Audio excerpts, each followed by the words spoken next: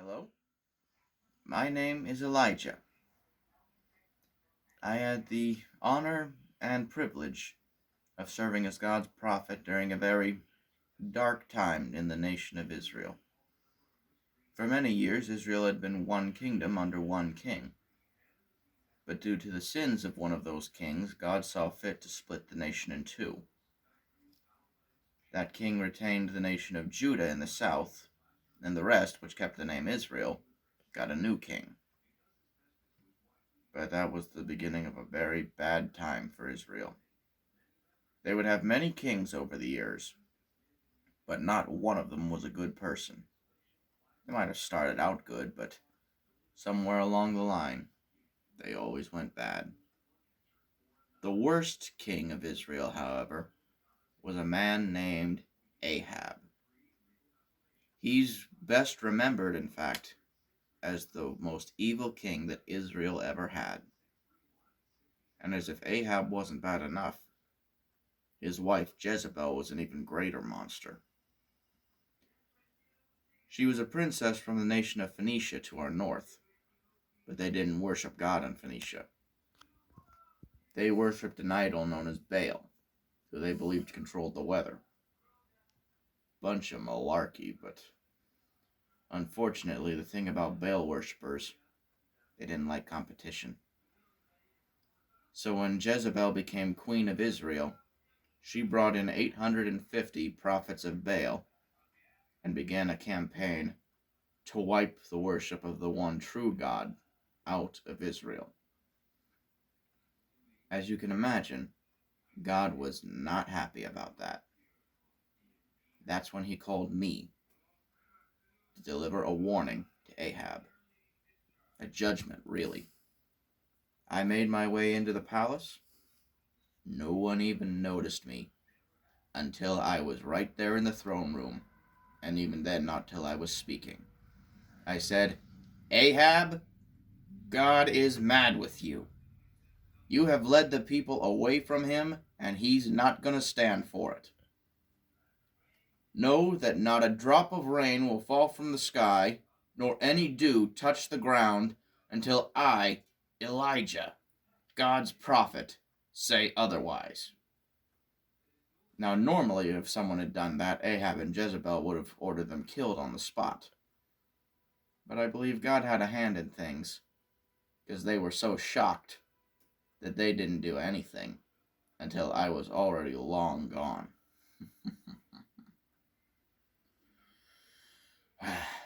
But of course, I was a wanted man after that. God told me to hide out for a while at this small brook, plenty of water for me to drink, and he commanded ravens to bring me food, bread and meat, twice a day. So I was able to live there for a long time with no issues. But things got very bad in Israel after that. With no rain, that meant no crops, no food, no grain. No dew meant no grass. There was nothing for the animals to feed on. And the wells and other places where people would get water were starting to run dry. Even the brook where I stayed ran dry. When that happened, God told me, go north to Phoenicia. I've made arrangements for a widow there to look after you. I have to admit, I was a little stunned that God would send me to Phoenicia. But I had to admit it made sense. No way was Jezebel going to look for me in her backyard. So, I reached the town where he had sent me, and I met the woman, gathering firewood. And I asked her if she had any food. She said she had none.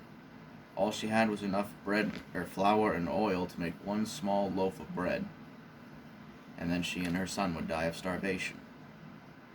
But I told her, if she would feed me first, God would provide for her and her son. To be honest, I don't know if she'd ever heard of the God of Israel before that day, but she chose to trust him. So she took what flour and oil she had, and she made that one small loaf of bread and gave it to me. And as I ate, God performed a miracle. The bowl of flour, which mere moments ago had been empty, was full to the top, and the jar of oil was also full. Quickly she prepared more bread, but even after we'd all had our fill, it was as if nothing had been taken from the bowl or the jar. And as long as I stayed there, that's how it worked. She never ran out of flour or oil in order to make bread. And God used me for another miracle when I was there. You see, the son of the widow I was staying with got sick, and he died. But I took the boy up to my room, and I prayed over him. And as I did, God brought him back to life, both for the sake of my faith and for my host. Shortly after this, God said, "It's time to go back, Elijah. It's time to end this." So I went and I met Ahab. When we met, he actually accused me of causing the drought. Did he not listen when I gave the judgment in the first place? This was his punishment. But what I said was, God's tired of you, Ahab, and he's tired of his people turning their backs on him. So he's going to prove that he's the only real God. Have all 850 prophets of Baal gather together on Mount Carmel, and have the whole nation of Israel come to watch. For we are going to have a contest to prove who is the real God. So on Mount Carmel, the highest point in the kingdom of Israel, I laid out the rules for our little contest.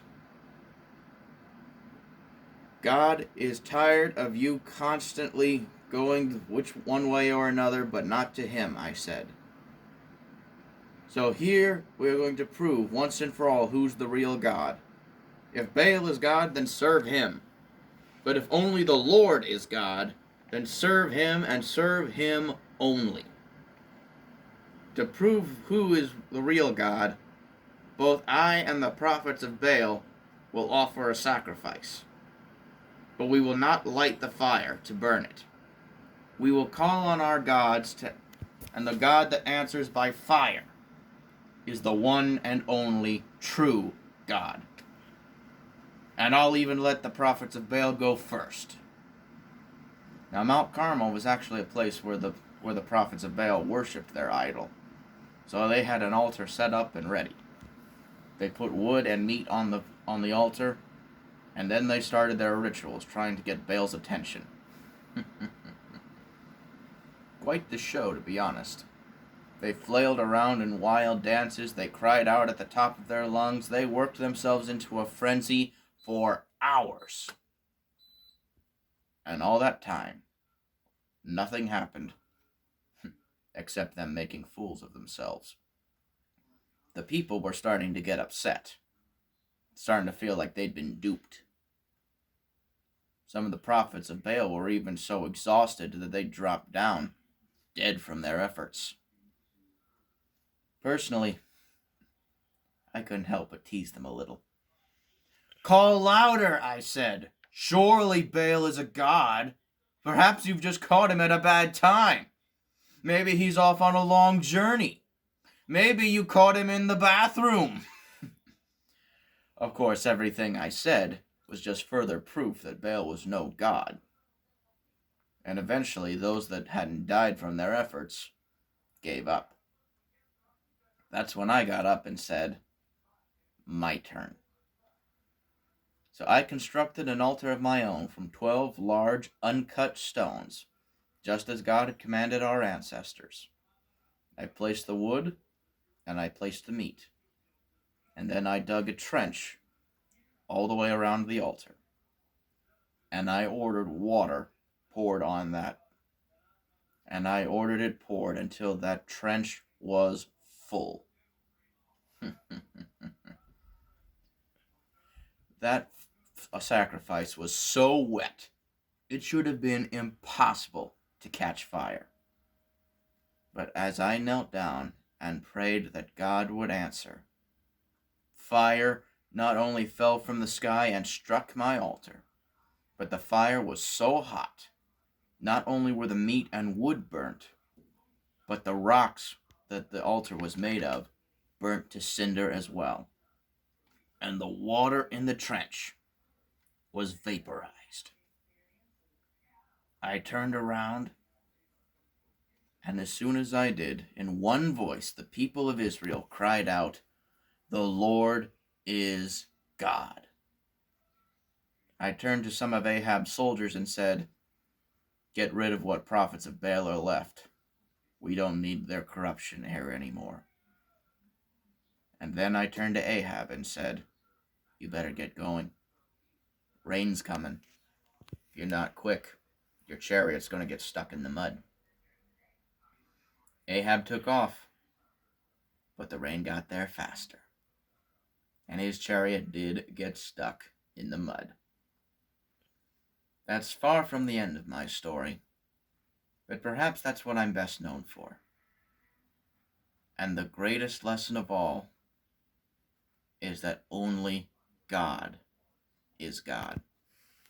We may not worship idols like the Baal followers did, but there are times people try to replace God in their lives with something else.